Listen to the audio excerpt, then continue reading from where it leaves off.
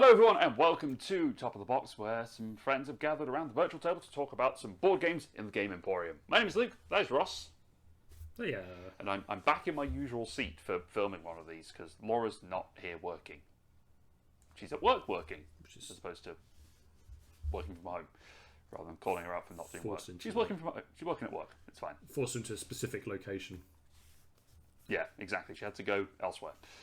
Today we're going to be talking about the games that came out in 2017. Now, 2017, we briefly had a look at what happened in 2017. It wasn't a good year. Do that to yourself. We're not going to talk about it really too much. Although it was a good year personally for Ross. It was the year you got married, which is always a nice sort of thing. So yeah, It is. coming up on. It's a very, very nice day. It was some board games there. I did play some. There were. Yeah, there were some board games, but not the board games that are probably going to appear on our list, because the list that we're going to be talking about today are the top 5 games that were released in 2017. And as far as I know, none of these games were at your wedding. As far as I know. Because, it was March, so it was quite early in the year, right? So yeah. I would have had to been hot on buying this game, loving this game, bringing it to my wedding would have been very... And it would have had to been light enough to... I don't think so. Would have had to been light enough to bring to the wedding party. There's probably at least 3 games here which would definitely have been way too... Which are on my list, which would have been way too heavy to be bringing to the wedding to try sneak in as a play. I feel like maybe one of mine would have been okay.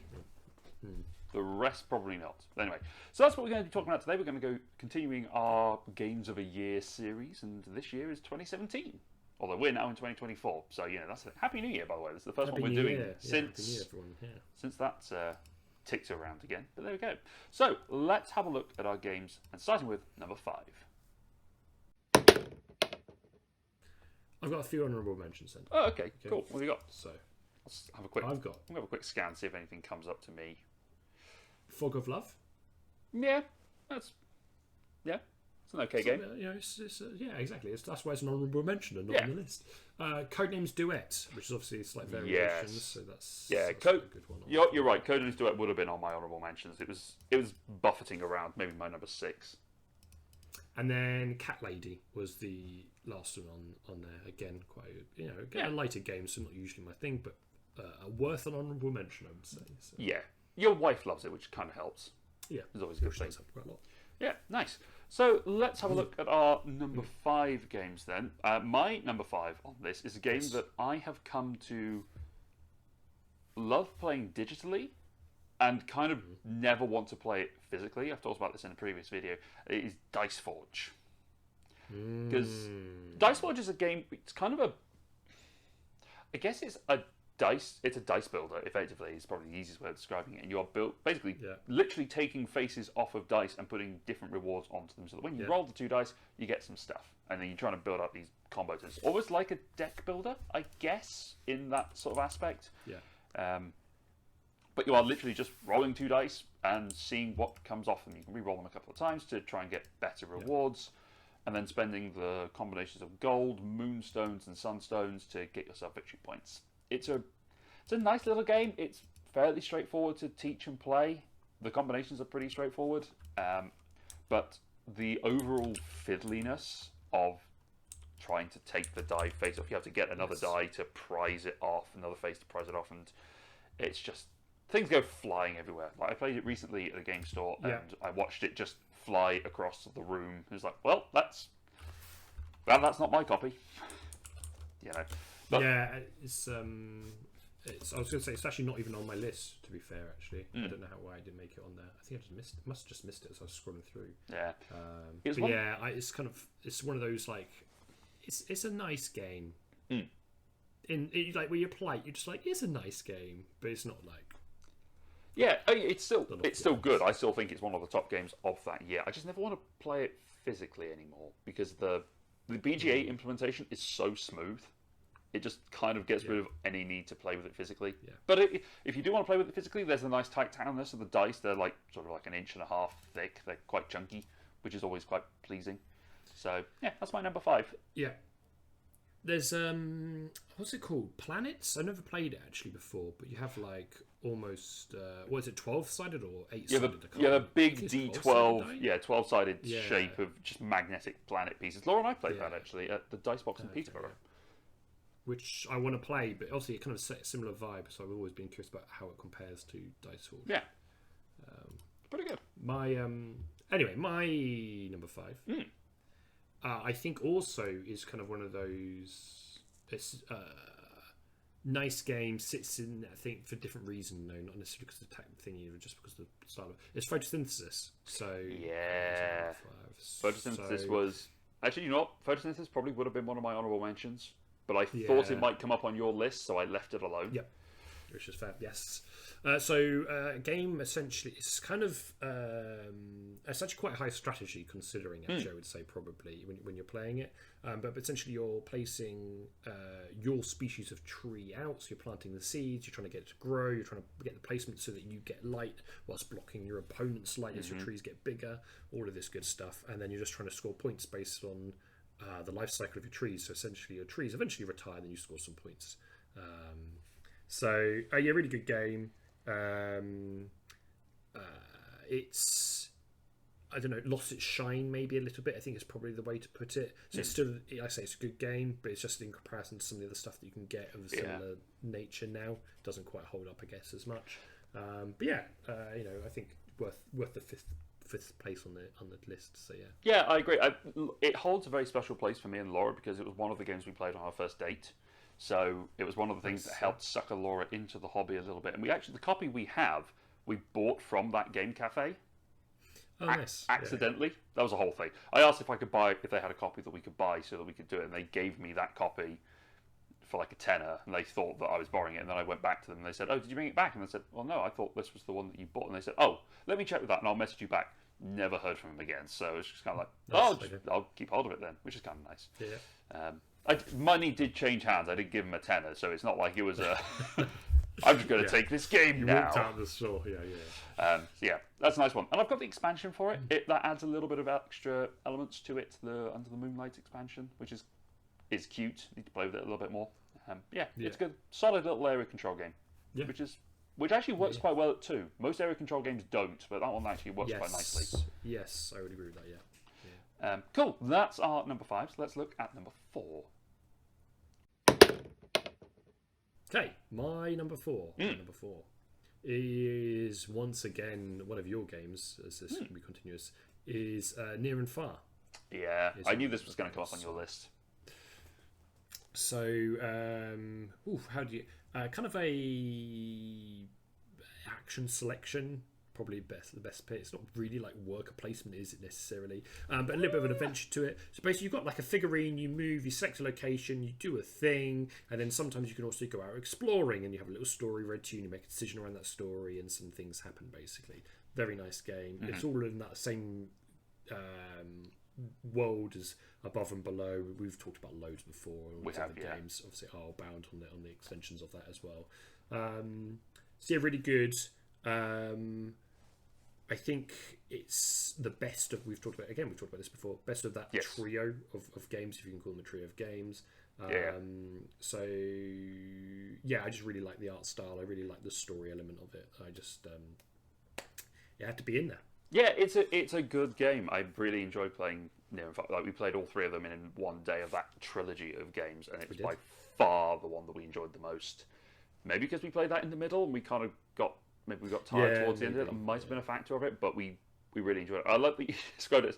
It's not a worker placement game, but you take a worker and you put it there to do a thing. It's like, that's literally worker placement. You're just one worker, if you get what I mean, rather than like... Yeah, I guess. You're right. It is a bit of a... Yeah. I mean, some places got a singular worker, but anyway, it is what it is. You just kind of move your work around, and then there's the story. We've only played the sort of intro game, which is just the basic run around one area. We are yet to play the campaign, but I think that's one of our goals for this year, which we're going to talk about in another video. Some fun stuff coming. So my number 4 is a game that you haven't played. It was introduced to me at AirCon 2023, representing. By Chaz Marler of Watch It Played. It's a little area control game. It's another area control game called Rumble Nation, and this has got a nice little element of it where you basically put workers into an area to try and take control of it to gain over dominance. But the way that the map is set up is that certain areas will react in different way, or they'll trigger at different times. So you'll always go 1, 2, 3, 4, 5 across the different areas of the map. But if you win an area, you get to take some of your workers and spread them to adjacent areas. So kind of like pandemic style when you have an outbreak. So you can move them to influence other areas, so you can kind of not lose the points. There's some actions you can take which let you move things around based on cards. It's a game that's really hard to come by. Really enjoyed playing it. I'm going to be on the lookout for it when Laura and I go to Japan at the end of the year to see if I can pick it up there. I know there's a deluxe version that was produced towards the back end of last year that hasn't made its way over to the UK yet. So I'm keeping an eye out for it to see if it might pop up. If not, I'll grab it when I'm in Japan. Is the overall plan. But it's a nice small box game which has got some it's just fun. It's one of those things that we sat down, we played it, and we played that again sort of immediately after we finished it.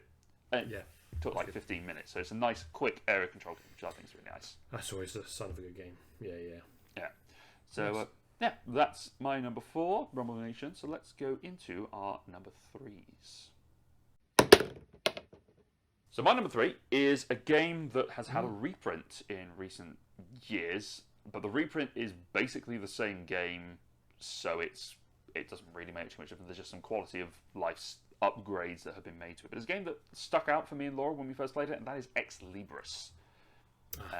Which is a game all about building a library. You are in a town, you are librarian assistants, you're all competing to build a library with these cards that you're sort of drafting, sort of just drawing and playing out into a tableau, and just trying to get a bunch of cards out on the table, building this nice library, following the Dewey Decimal System, going from, well, as a Dewey Decimal System, the alphabet, going from A to Z and getting things in line, and there's certain A to Zs that are, or A letters that have got numbers to them, so you're trying to get those in order.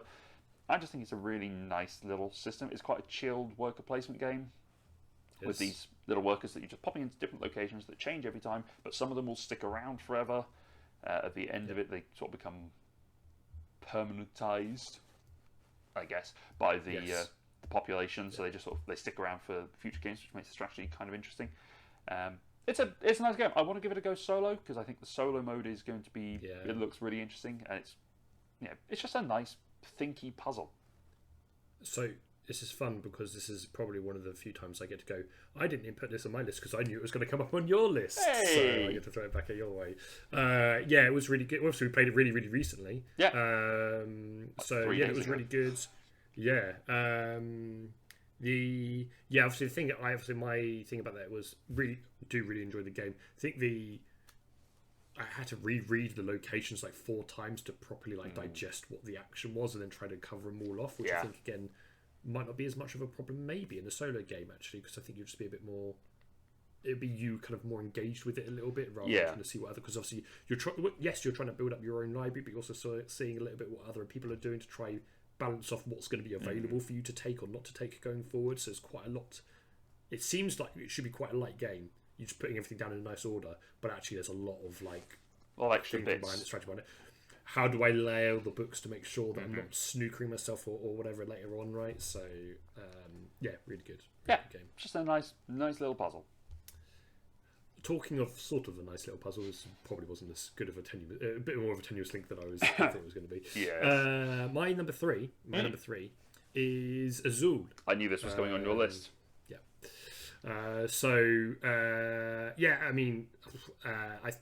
Probably nearly almost, if you're watching this video, you've probably played it at some point, but I'll do some explanation anyway. You have a grid, I think it's 5x5, and you have these beautiful tiles that all sit on these different, they're called factories, but they're basically like these, they're cardboard tiles, and then on top of them are nice little plastic pretty tiles. That's probably the better way to describe them. Baker-like tiles, yeah. Yes. So then you take the really nice tiles and you're basically grabbing all of the same colour off the top of the factory, and then you're placing it on one of these rows on your thing. You're then sliding along to implement it onto basically mosaic, and then you're scoring points based on how many you've got them linked together. There's 2 ways you can play, which is you have to match the printed ones. So if it's a nice blue tile, you have to match it to a nice blue tile, or you can flip it over and you can just put whatever tile wherever you want, anywhere you want. Really simple game to explain. Really good, like puzzle, but lighter puzzle to try suss out. And there's just that nice little slight depth to it around the strategy, but without you having to be like not in the same way like Ex Libris, where I'm having to like really think about it. I can kind of assess the game state and then be like, oh, I can see that you want to grab these orange tiles. The hate drafting is real. Yeah. So instead, I'll take them. I won't be able to use them as efficiently, and maybe I'll get one negative point off doing that, but I'm denying you like 5 points by doing that, making your life a lot harder. So yeah, you can't do it till next turn. It's a fun bit of it. Yes. I mean, there's a lot of different variations of Azul now. I think there's like 5 different variants by this point. Stained Glass Sintra, Summer Garden, Summer Pavilion, Queen's Garden. It's a chocolate one. The chocolate is, and then Mini, as well as the base game. So there's a lot of different variants on this same sort of puzzle. I quite like Azul. I think for me, it's kind of lost its shine, but it's always nice to just pick up and just play quickly if you just want to fill time. It's inoffensive, isn't it? Really, that's yes, right. So yeah. So yeah, it's a nice little light game. So yeah, that is our number 3s. So let's go to number 2. Number 2s, right? Well, number 2 and number 1, I back and forth quite a lot over which one sat where. Yeah. I think this is a just placement. So my number 2 is Lisboa. So interesting. Your feet squeaked or something. No, I think that was Tilly. Dog squeaked. So yeah, Lisboa. So okay. What I absolutely love this game. I'm on an absolute Lacerda kick at the moment, but in particular, this was the one which kind of hooked me in on it. Portugal was like my family holiday, so I went like really, really frequently. So I'm like, anything Portuguese, I'm all over that. Having kind of half just mentioned obviously around Azul a bit, which I think is Portuguese. It says in Portugal, yeah. I think it is. I think Portugal. Anyway, it says in Portugal, yeah. Lisboa, way back in history, got hit by essentially earthquakes, tsunami, then fires, and so what you're having to do in this game is you're having to rebuild it. It's quite complex, but also at the same time not game. Essentially, you have cards in your hand that you're playing down to do an action. Depending on the card that you play, depends on which actions you can do, and it kind of forks quite a lot. So you make one decision. That then means you have to then make 2 or 3 decisions, and then off the back of that, you can make another 2 or 3 decisions. So you end up there's like 8 options essentially on what you can do on your turn, depending on what you play. Without explaining the whole game, so you're doing all those actions. You're working with the king, the architect or the builder at the time, and the president or mayor, something like that. I think one of those 2. 3 nobles of the. 3, yes, essentially to do this, depending on who you're working with, depends on what actions you can do. Yeah. Trying to put down new shops, trying to get resources, you're shipping goods. There's a whole lot of stuff going on in that game. But yeah, I really, really enjoy it. It's actually so far I've got a decent amount of play for having probably more play than some other games I've got for how long the game takes, how complex it is to explain. I really need to nail down the explanation on it. And as soon as I do that, I'm going to basically forcing everyone to play it. That's kind of the thing. I feel like I got there with Tapestry, so I just need to figure it out with Lisboa. Yeah, Lisboa is a good game. We played it on stream a while ago now. That took us a few hours to do back on Tabletopia, and that took us a long time. I think that kind of got your interest. I like Lisboa. I think it's a good game. Of the Lacerda games that we've played, it's probably in my top 2. It's probably somewhere between that and Kanban, I think. But for me, I know you love the art style. It just doesn't appeal to me. It feels a little bit dull. But it's still a good game. Like, I can still enjoy playing it. I have grown to appreciate the art more, but it doesn't draw me in as much as like the bright colours do. It's a little bit washed out for me. Yes. But, it's fine. Ugly games can exist, and they do. So it's all good. And it's uglier as well, to be fair. There are much uglier games that play just as well, to be fair. Like Tilitum is not a pretty game. It does look rather dull. There's just some vibrancy on there, which does help. My number 1 and 2, I also flip-flopped around a little bit. And I think, based on a recent play, my number 2 is Clans of Caledonia. Oh, okay. Clans of Caledonia. One I missed. Really? Yeah, Would it have been on your list, do you think? No, I don't think so. Okay.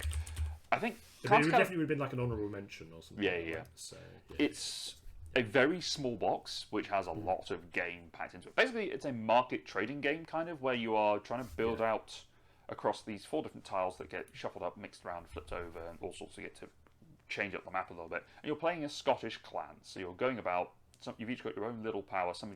One of you gets power for building adjacent to rivers that feed into the locks. Yeah. Someone has benefits of building around the perimeter. All sorts Some of you different have like things. whiskey. You can age whiskey, for example, for longer. You get more money the longer you age the, I think you make the whiskey and stuff. You make beer and whiskey, but whiskey is beer. when you make whiskey, you somehow make beer as well, which is kind of the whole thing. It's a along whole those thing. lines, There's 2 different alcohols, but there's all sorts of different things you do. There's a whole market track of buying and selling resources, and it's a really interesting puzzle to try and figure out how best to play it. I don't do as well of it playing on BGA as I do playing it physically. I feel like. Okay. But it is a very good game. I feel like at the moment I've kind of cooled on it, if only because I've played it quite a lot. Yeah. So I've just probably burnt myself out a little bit. But there is an expansion due to come out either later this year or early 2025 that I think will just bring in some new clans, some new maps, some new various bits and pieces, new cards and objectives and such that will just kind of refresh the excitement behind it. It might also be I've played it a lot on BGA rather than played it physically, which I think does kind of wear down the excitement of a game in particular. I found that with Tapestry last year. Like I played a lot of Tapestry on BGA. And I think my excitement for it has dwindled. Like it's fallen a fair bit on my top 50 list. Still in there, but it's still, just kind of like, I'd rather play something else kind of thing. But Clans is just a really good game. It comes in a really small box, and there's so much game packed into it. It's staggering how good and how much you can get out of the game. I can't believe how small the box is on that game. Yeah. But it's really good. And as I say, expansion coming out soon, so keep an eye out for it. Okay, time to go to our number 1 games of 2017. The last few games for us, I think we've gone around a lot of Europe and, last one was Scotland, you were in Portugal for 2 of yours, and now I'm going somewhere in Spain with Sagrada. Yes. Yeah. This is the dice placement game where you are building out a stained glass window for the Sagrada Familia, which I'm looking at a picture of the board game art from Meeple Design. Is the other side of the camera, which is quite nice to look at. But you are basically dice drafting. You're taking these dice that you'll just roll a fistful of them at the beginning of the turn. You'll take the number and the colour. You can use some tools to adjust the dice to sort of make them fit your window. There are hundreds of different window options available for you to shuffle up and just play with. So the replayability is through the roof. I've got all 4 of the expansions that are available to it, and there's all sorts of different modules you can chuck in, which just makes it so much more going on. There's just a lot of good time that has been sat in Sagrada. And it's another one which is a very easy puzzle to just say, this is how it works. Yes. Off we go. Don't put the numbers next to each other that are the same. Don't put the colours next to each other that are the same. Whatever's on your board, you can't put anything other than that on it. Off you go. And it's just good. It's just a good little game that doesn't need much more saying about it. There is a legacy version that came out last year, the Sagrada Artisans, which it might just be because the videos I saw were pre-production copies. It didn't look that appealing to me. Yeah. But I do love Sagrada. Sagrada is a fantastic little game. So. It's in the same vein as Azul, for example. Yeah, with it is. Kind of like the gameplay, right? The box art, I think, for the Artisans one was really pretty, though. The artwork is very pretty on it. For what it is, it doesn't need that much artwork, but they went in on it. They did a lot of artwork. They did good. Yeah, I think it helps quite a lot because otherwise you end up with a dice placement game. You can make that game very, very dull otherwise. You can make it so dry, but the theme does help lift it a lot. Really helps. That's the same. There's a few games that do that. Maybe that's something we'll talk about another time. Boop is another one that if you took away the theme, it would actually be quite a dull abstract strategy game, but the theme kind of makes it more fun. Yeah, really elevates it. Yeah. So we've gone from your quite lightish game to I'm going on the complete opposite scale now. So the number one spot for me was Twilight Imperium 4th edition. I knew this was coming. And So, I have yeah, never disagreed with you more than about this particular placement. Well, okay, hold on. So we need to caveat quite a lot of what. No, we Let don't. me do the No, we game don't. thing first, No, and no, then you no, can no. caveat quite a lot for you. So, Twilight Imperium. Okay, 4X game. App takes absolute years to play. No, it takes at least a day to play. At least, really, Yeah. if you can do it. I'm sure you could get that time down with a fewer people who know how to play. Fewer players. I think you could get the game down to like 3-4 hours. I think you could do it. I genuinely do, because I play it quite a lot digitally as well. Yeah. I know you can get those turns through quite quickly if you're all just sat on a call together as you're taking those turns. But anyway, so you depending how you get it, you get a faction. Basically, you're in space, you're exploring, you're doing some combat. There's a set timer. I think it's 8 turns, I think, off the top of my head. I think you it's have 2 revealed, then eventually you have 10. You eventually have 10 objectives, but you start off with 2 of revealed. So I think it's 8 rounds. I think. Oh, maybe. Yeah, I thought it was 10, but yes, you're probably Something right. like that. So you've got a timer to try to score as many points as you can, or you can go for the shorter game, which is 10 victory points and you win, or the longer game, which is 14 victory points and you win. And essentially there'll be stuff like spend X amount of resources, spend X amount of influence, I don't know, take control of certain planets, all that sort of stuff. The juicy bit in this game, which I think is where I'm going to do some start my caveating for how much you hate this game, is in the diplomacy behind it and about how you interact with other players. Because if you look at this just as like a space combat game, I don't think you can do that, but I don't think you're going to enjoy it as much. The real juiciness in it is this kind of like backroom shady deals that go on between the players around, okay, you scratch my back, I'll scratch your back. We both know we're going to piss off this other player, so we have to make sure that we're covering each other. And then at some point, ally who I've been working with this entire game, you are now like 2 victory points away from winning. I'm 100% stabbing you in the back, and I'm hoping that I'm going to get the opportunity to then try to snap the win, or not, as I tend to play. Actually, I do tend to play it with a bit more honesty probably than I do with some other like games where that backstabbery is an option. But yeah, huge game, really good fun, lots of plastic pieces.